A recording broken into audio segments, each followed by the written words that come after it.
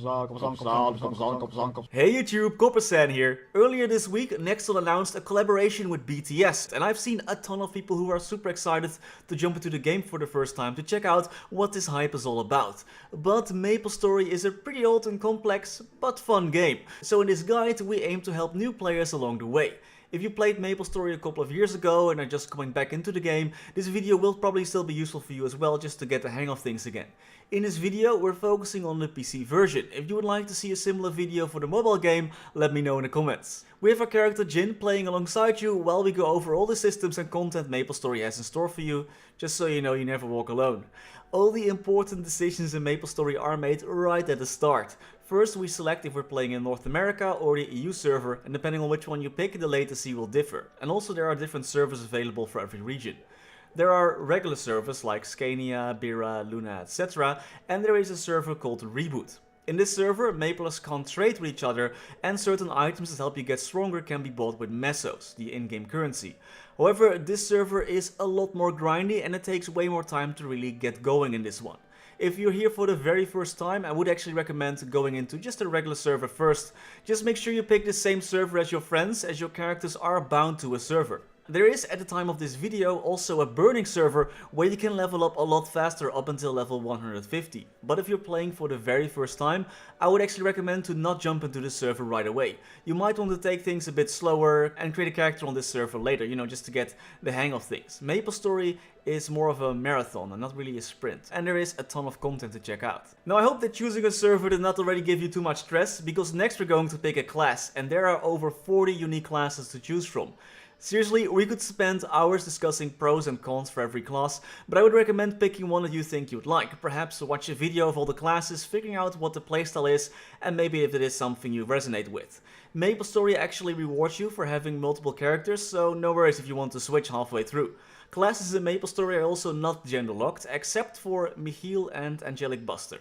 And some classes like Zero and Beastamer can only be created every once in a while. If this is your very first time playing MapleStory, I would actually recommend picking an Explorer class. This class has quite an extensive tutorial and you can advance in over 10 different subclasses with this one as well. Alright, all set? Then welcome to MapleStory. The party is just getting started. Explorers start off with a pretty nice tutorial where Mai helps you out. She explains how quests work and she gives you your first chair. And collecting chairs is actually one of the many hobbies that Maplers have, looking for new and fun ways to rest their bottom with their ever-growing chair collection. Like seriously, there's a bit of an addiction going on there for some Maplers. You will also unlock your first skill points. I usually put points in the skill Nimble Feet and 3 snail shells. These skills become neglectable like super early on, so go wild if you want to, like it doesn't really matter, it doesn't change anything. You can open the inventory with the I button and there's different tabs there for equipment, potions, for etc drops, for the almighty chair collection, and for cash items. Mai explains this as well, but I know from experience that I just mash through all the dialogue and then usually afterwards wonder like, hey, what do I have to do again, because I didn't really read anything. If you continue with the tutorial quest, you'll reach this map. Here you can talk to each job instructor to get a taste of what every explorer class is like. Explorers can advance into warriors, mages, thieves, pirates and archers, who then can also advance into 2 or 3 different classes at level 30. If you're a bit further in the tutorial, you're on the boat, you're talking to Sugar, you can actually indicate which class you would like to pick. This triggers another dialogue when you reach Lit Harbor, so you better pick wisely. Or, well, it doesn't really matter, you can still change, but you know, it makes things a bit easier. I think Jin will make a great pirate, so we're going to go with that one. Once we reach land, Quin will reach out to us and teleport us to her location, advancing our job to pirate. Pirates who advance like this can either turn into gunslingers or brawlers. But it is in our DNA to kick ass, so we're gonna go with the brawler route. Brawlers focus on strength, while gunslingers, the other part, focuses on dex. Almost all classes have it a bit easier and focus on one main stat, but for pirates in the first job you'll have 2, but we're gonna pick strength because that's the one we want to go with. You can just press auto assign in the stat window and you'll never make a mistake or have to worry about anything. We accept our first quest and are teleported to Hennessy's, the Archer town. This is also the main hub of Victoria Island. You'll usually find a ton of people here hanging out and just chilling. We start off by helping out Camilla make some soup for an NPC that is sick with a mysterious cold. Oh man, that doesn't sound too good. We accept the wanted sign quest in this map as well and start our hunt for green mushrooms. We complete our quest and turn in the wanted sign quest for some additional red earrings and keep a safe distance while delivering the food to Maya. Every time you level up, you'll get skill points and ability points. Don't forget to assign them. I like to max the double jump and speed boosts first before maxing out our attacking skills. All classes can max all skills, so no worries about spending a point somewhere just to check out what a skill does. You can level up every skill to the max level anyway. It is time to spice things up with a boss fight. What do you think? We go to this map right here to fight Mushmom, a classic MapleStory boss. This boss gives a ton of EXP, leveling you up instantly. Map bosses like this have a spawn timer and spawn on every channel. We can change channels to fight another one. We can also complete the one assigned quest here to get some additional Mesos. While there are a ton of quests in MapleStory, the regular map quests are not the main method of leveling. But if following quests is your thing, I encourage you to go for it, as there are so many quests in MapleStory. But grinding is the main method of leveling. By the way, if you find this video useful, make sure to smash that like button, and a subscribe to the channel would really be appreciated. I upload a ton of MapleStory content, make sure to ring that bell notification as well. Next we're going to go to the Golem's temple to do some sick backflips and defeat those red golems. We reach level 20, and if you're playing alongside, awesome, you're doing great so far. If you press the U button, a guide menu will pop up. You can use this to teleport to relevant maps, and it's super useful. We're going to use it all the time. And this time we're going to use it to teleport to Pirion, which is the warrior town. There are quests around here to do as well, and there is a map boss up north called Stumpy. You know, take your time, walk around, do a quest, defeat some monsters, have a chat with friends. Overall, the MapleStory community I think is pretty friendly, and people are always willing to help out. Sometimes monsters will also drop equipment. In MapleStory you usually don't have to buy equipment from NPCs, because you'll just find most of the things that you'll need from monster drops. Now items can have potential. These potential stats are at the bottom, and they can be revealed with a magnifying glass that you can click in your inventory. Potential stats are random, and potential can have ranks, but I'll discuss more about that later. For now it's fine, you can just reveal them and just keep going. There's also these stats that are these yellow-greenish that you'll see on items. Items that drop can have different random stats as well, but again, more about those later. But just don't forget to keep putting points in your stat and leveling up your skills. That's the main important thing for now. Sometimes you'll also find these monster cards. Don't throw them away, but double click them. They are part of something called the familiar system, and we'll talk about that one later. Yeah, this is gonna be one of those really long videos. Explorer classes also have an exclusive quest line that can be followed. If you press the U button, you'll see like available quests, and this one will pop up. We're actually teleported to Hennessy's and later to a different map to fight off a bandit. There's a whole storyline, and you'll get a class related emblem, which is a special equipment item. Again, it's not mandatory to do this, but I would definitely recommend to do it. And after that's done, we're teleporting to Ilinia using the guide menu again. Sometimes the monsters that we defeat will also drop spell traces. You have to collect as many as possible, because we will need those to upgrade our gear later on. Sometimes, when training, a bigger, stronger version of a monster will appear. These monsters are, way stronger than the regular ones and can, for example, stun you, or they black out your screen, stuff like that. But there is nothing that a good old beating doesn't fix. These monsters do drop a ton of potions and other useful items, so make sure to take them on. Keep training in the maps around here until you reach level 30, which is our next big milestone. We use up all of the remaining skill points and use the guide menu to teleport to our job instructor. She asks us to take a test, which isn't too difficult, and we choose the job we want, and boom! Second job advancement, baby. There's actually a total of 275 levels and 5 job advancements, so yeah, basically we're just scratching the surface of what MapleStory truly is. We unlock a ton of new skills. I always put my points in a new attack first, and put like 1 point in mastery to increase the damage that we do. The stat window that you see right here might be a bit overwhelming at first as well. You have like your critical rate, critical damage, boss damage, all that stuff. But if you're just starting, there's no need to go full ham on that right away. Let's just enjoy what we can do right now. At level 30, we unlock our very first team dungeon. These are story-driven dungeons that are great for leveling up and reward a ton of useful items. It is actually highly recommended to do one of those, especially if you're a new player. We can now also expand the guide UI to see more details about the rewards of each team dungeon and the level requirements. We teleport to the NPC Fancy and start our adventure in the Elinale Fairy Academy. We almost drown, collect some items, and finally make it to the academy itself. We have also unlocked the daily gift, which can be accessed by the green button at the bottom of the screen. Here, after defeating 300 monsters, you can collect a free reward every day. We actually got some EXP coupons, which is really nice. At level 33, we also unlock a bunch of tutorial quests. Those can be found by clicking on the light bulb at the left side of the screen. They're called Have You Learned About Pets and Do You Know About the Beauty Salon? These quests will give you a free 7-day pet, which will loot items for you. some free equipment, and you get to change your hairstyle and face for free. Make sure to also sell your leftover items to an NPC every now and then to make sure there's enough room in your inventory. And don't forget about your ability points and skill points as well. Every time you level up, you gotta assign those. After completing all the quests here, we meet the final boss of this team dungeon, the Mole King, who quickly meets his end by our hands. In the meantime, we have unlocked a ton more systems. So bust out that pen and paper because we're gonna learn. In MapleStory, items can be upgraded with either scrolls or spell traces. You can open the upgrade window with the O button or through your inventory. Put a piece of equipment in and you can select which scrolls you want to use. There are various scrolls with different success rates, and the lower the success rate, usually the better the stats the scroll gives. Items have enhancement slots as well, so you can't keep scrolling forever. At one point you're out of slots. We actually got really lucky and all our scrolls worked. We have now fully enhanced the item, but do keep in mind that if you're playing on Reboot, it is not possible to upgrade your items like this. Instead, in Reboot and also in the regular server, you'll have to Star Force your items. Each item can only reach a certain amount of stars indicated at the top of the item. This will be important later on when certain maps have a Star Force requirement, and you will need to have 100 Star Force to complete the 5th job advancement. Keep in mind that it is cheaper to Star Force lower level items than higher level items, and it does cost Mesos to Star Force. We also got reward points for defeating the Mole King boss. Reward points can be used in the cash shop to purchase various useful items. There are various boss monsters that give out reward points, but they can only be claimed once a day. Another good way to get reward points is to link your PC account to your MapleStory mobile account, and you can collect reward points that way as well. We've also unlocked professions. We're getting professional. Maplers can learn harvesting and mining. This can be used to create potions, accessories and armor. Feel free to check this out if you're into this, but if you're just starting MapleStory, it is okay to just leave it as is for now. I do recommend to learn mining and harvesting though, as you will actually use this later on. Your character also has traits, which can be increased to get even stronger. Bossing or harvesting will increase your traits, granting you bonus stats. They are minimal though, so just so you know, they're there, but again, if you're just starting, don't need to focus on it, just so you know, those are there.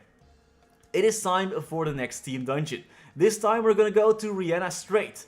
There are other team dungeons around this level as well, but the Rihanna Strait one and the Fairy Academy do give the best rewards in my opinion. This questline has us save a glacier from melting, fixing global warming, there we go. By the way, sometimes if you are training, special boss monsters can spawn as well. Those are a bit harder to kill, but give special drops. They also create these special EXP orbs. You can also create your own XP orbs, but for every 50 combos that you reach when fighting monsters. Every now and then, a sudden mission may pop up as well. Those often ask you to defeat a couple of monsters, reach a certain combo, and this one wants us to activate a rune. Runes spawn in maps with monsters above level 30 and double your EXP for their duration if you use them. They also have special effects. This one, for example, shoots a beam between us and a rune, damaging monsters in between. You can activate a rune by pressing the harvesting key or spacebar. We actually got some spell tracers from this sudden mission, which is really nice. We can use those for upgrading later. If you really don't like team dungeons, you just want to maple and chill and beat up some monsters, you can also train at the Coninck swamp. But for now, we're gonna continue with the team dungeon. For your skills, I would recommend maxing mastery first. Then any kind of boosters so you can attack a bit faster, and then you do the passive skills or the buff to increase your damage, and I usually max my attacks as last. Again, you can max all skills in second job, so no need to worry, you can just put points wherever you want. And as a general tip, some quests can also be accepted through the quest icon at the left side of the screen. Accepted and turned in, you know, all that stuff. So you don't have to continuously walk back and forth between NPCs if you're in a quest line.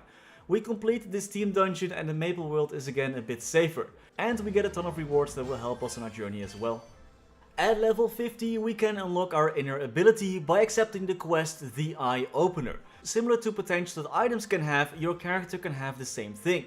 You can reset this ability using honor EXP, which can be gained from those medal-like items that you can loot from monsters. Similar to potential, inner abilities can rank up from rare to epic, from epic to unique, and from unique to legendary, with each tier providing you better stats. I am settling for some additional attack right now. We talk to Putan and he sends us back to Pirion to train at the Wild Boars area. We can use the guide menu to teleport here as well.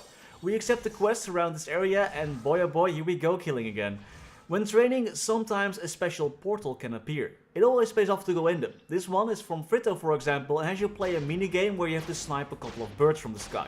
Suddenly MapleStory turns into a first person shooter, but that's fine, you know, keeps things fresh. These portals grant a ton of bonus EXP and reward useful items as well.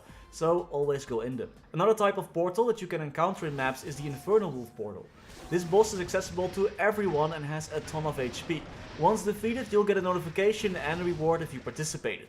We keep training at those boars until we reach level 60 and unlock the third job advancement. There are a couple more of those Have You Learned About quests. This one is about potential and bonus potential, and I recommend to do those as well just to get another explanation of what potential is like, and you'll also get some free equipment as well. Actually, speaking about equipment, so far we did not buy anything, we just used whatever items we found on the ground. We accepted the third job advancement and defeated the boss, and with that we've reached third job. I recommend to keep following the guide UI to get recommended training spots. We mentioned potential before, and we actually got a cube, which is one of the items used to reset the potential of an item. It basically resets the stats to a different one, and you have a chance to rank it up as well. But it does cost Mesos to use them though. Also, quick tip, if you ever want to fast travel from Victoria Island, go to 6-Path Crossway and enter this portal at the top left. From this area you can teleport to any town in the game. As you might have noticed, my character is doing a ton of damage. This is partly thanks to the Legion system. This is a system that rewards special buffs depending on which characters you have. I did a whole video about this, which you can check out if you want to, but if you're just starting, there's no need to dive into that right away, because you'll need to have a couple of higher level characters before it even unlocks. Once you reach level 70, you will unlock link skills. Those are special class specific skills that can be linked to other characters to grant buffs and whatnot. They're really useful and it's really rewarding to create multiple characters. They can be accessed through the beginner tab. So far we've been grinding solo for most of the time, but MapleStory is way more fun with friends. At level 70, the Cross-World Party Quest area unlocks. This can be accessed through the Dimensional Mirror. Here you and a group of friends can tackle party quests for that sweet EXP. For now, let's continue training. Our next goal is to reach level 100 for the 4th job advancement. At level 90, you unlock a really awesome quest line which I recommend you follow. This one is called the Silent Crusade quest line. It lets you travel around the world fighting various bosses for a ton of amazing rewards. If you open the keyboard settings, you can find the hotkey for it at the bottom. Assign it to a tab and you'll be able to open it. This content also unlocks a store where you can get mastery books and spell traces. More about those mastery books later. In those higher level maps that we're training right now, special types of plants and ore veins can spawn as well. You can harvest those and collect resources used for crafting. Sometimes these plants and veins can also drop cubes or flames. Cubes are used to reset potential and flames are used to reset the bonus stats on items. You know, those yellow greenish colored stats. So we've been already going for quite a while. How are you doing so far? Still hanging in there? Good, because we reach level 100 and complete the 4th job advancement. This job advancement lets you fight 2 bosses, so make sure to bring potions so you won't die, because they do a ton of damage.